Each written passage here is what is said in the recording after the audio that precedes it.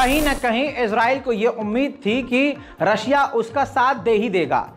जी हां, इजराइल की मांग ये थी कि हमास आतंकवादी जो संगठन है उसकी जांच करे रशिया, क्योंकि रूस के 23 नागरिक मारे गए थे जिनके पास रूस की नागरिकता भी थी और इजराइल की नागरिकता भी थी, और 6 से 10 ऐसे ही रूसी इजरायली नागरिकों को हमास ने किडनैप किया था, अपहरण किया था और उन पर जुल्म किया था, ऐसा इजराइल का कहना था। इसी बीच में रशिया ने आधिकारिक तौर पर साफ इनकार कर दिया है कि वो हमास को आतंकवादी घोषित नहीं करेगा, बल्कि इससे पहले की रिपोर्ट में बता चुका हूं कि उसने हमास का शुक्रिया अदा कर दिया है। वहीं दोस्तों, अब खुलासा ये हुआ है कि इजराइल ने आधिकारिक तौर पर लिखित में ये कहा था कि जो नरसंहार 7 अक्टूबर को हुआ है, रूस की जांच एजेंसियां उसकी जांच करे और फिर हमास को आतंकवादी घोषित करे। तो आपको बता दूं, रशिया की खुफिया एजेंसी एफएसबी ने नोटिस दिया है और क्लेरिफिकेशन दिया है कि जो भी नरसंहार आप कह रहे हैं या जो भी उस दिन कांड हुआ है, उसमें जो भी पहली झलक में नज़र आया और जो हमारी रिपोर्ट है, इनपुट्स हैं, उसके मुताबिक कोई भी ऐसी हरकत नहीं नज़र आ रही है जिससे हम ये कहें कि नरसंहार हुआ है। यानी अपने 23 रूसियों के मारे जाने के बावजूद रशिया ने हमास के खिलाफ कोई भी कदम नहीं उठाया, जिसकी वजह से जो आखिरी उम्मीद इजराइल को रशिया से थी वो भी टूट गई है, जिसके साथ साथ रशिया और इजराइल के रिश्ते बेहतर होने का ख्वाब भी अब खत्म हो चुका है। उधर इजराइल का राष्ट्रपति यूएई दुबई पहुंच गया है और उसने दुबई के किंग से मुलाकात भी कर ली है। कई सारे देश के नेता इस वक्त दुबई क्लाइमेट चेंज की मीटिंग पर बात करने के लिए पहुंचे हैं। ऐसे में इजराइल भी दुबई में मौजूद है।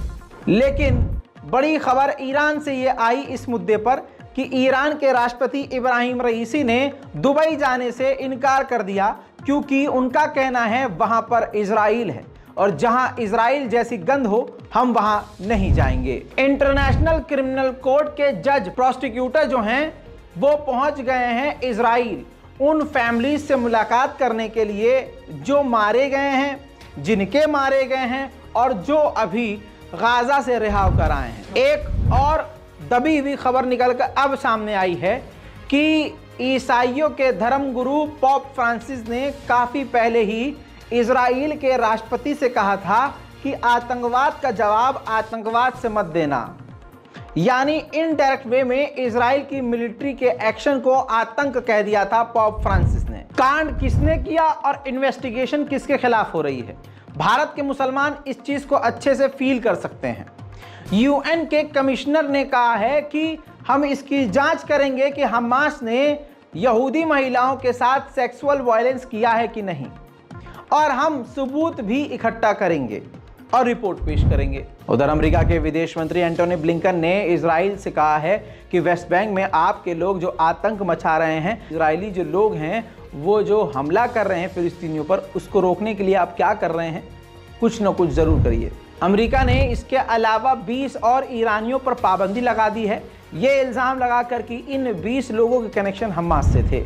हमास के लीडर यहिया सिनवार ने कहा कि ऑक्यूपेशन नेताओं के तमाम साथियों और नेताओं को समझना चाहिए कि 7 अक्टूबर को जो हुआ वो सिर्फ एक रिहर्सल है, ट्रेलर बताया है। दोस्तों, हमास के नेता के इस बयान से तनाव बढ़ेगा। सीज फायर के बाद पहली बार सीरिया में अमेरिकी फौज के ऊपर दोबारा हमला हुआ।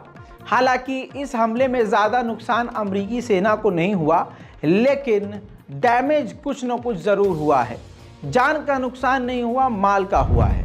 मेरे दोस्तों, गाज़ा सिटी आपको लाइव दिखा देता हूँ। ये देखिए, गाज़ा सिटी है, मेन शहर है।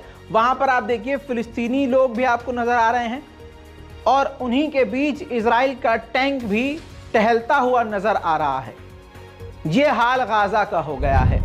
बीबीसी के ग्राफिक्स पर तो भरोसा करेंगे। ये देखिए, बीबीसी ने खुद बताया है, ये जो आप एरिया देख रहे हैं, लाल डॉटेड जो आप देख रहे हैं, ये वो घर हैं गाजा के जो पूरी तरह से तबाह हो गए हैं इजराइल की बमबारी में।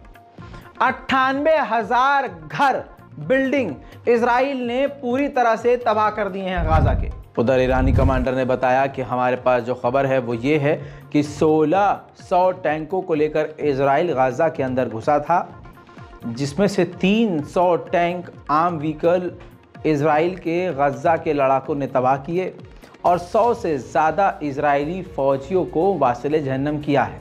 लेकिन इन तमाम आंकड़ों और ख़बरों को इजराइल छुपा रहा है। 300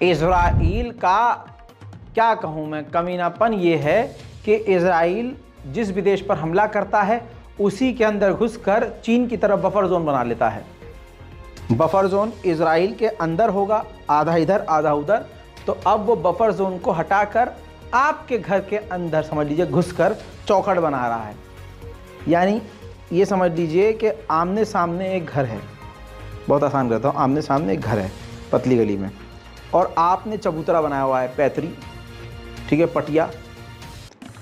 अब इजराइल क्या करेगा, यहाँ से उठ के आपके चौखट पर आ जाएगा और आप कहोगे भैया ये तो हमारी पटिया है, तो इजराइल कहेगा ठीक है आपकी पटिया है ना, लड़ने भिड़ने के बाद कहेगा इस पटिया को बफर जोन बना लेते हैं, नहीं ये आपका है ना मेरा है, मेरी पहुँच यहाँ तक रहेगी और आप इसके पीछे रहेंगे। तो कुल मिला के बफर जोन को भी अपने अंडर कर लेता है और बफर जोन को दूसरे के ही इलाके पर बफर जोन बना लेता है। ऐसे ही इजराइल की चालाकी यहाँ नज़र आई। लेबनान के अंदर घुसकर इजराइल लेबनान के बॉर्डर पर बफर जोन बनाने की कोशिश कर रहा था। लेबनान ने आधिकारिक तौर पर रिजेक्ट कर दिया है, साफ इनकार कर दिया है। इस रिपोर्ट के आखिर में आपको गजा की इस्लामिक यूनिवर्सिटी, जो इस्लामिक यूनिवर्सिटीज़ में सबसे बड़ी यूनिवर्सिटी थी, पूरी तरह से इजराइल ने किस तरह से तबाह की है उसकी पहली तस्वीर सामने आ गई है।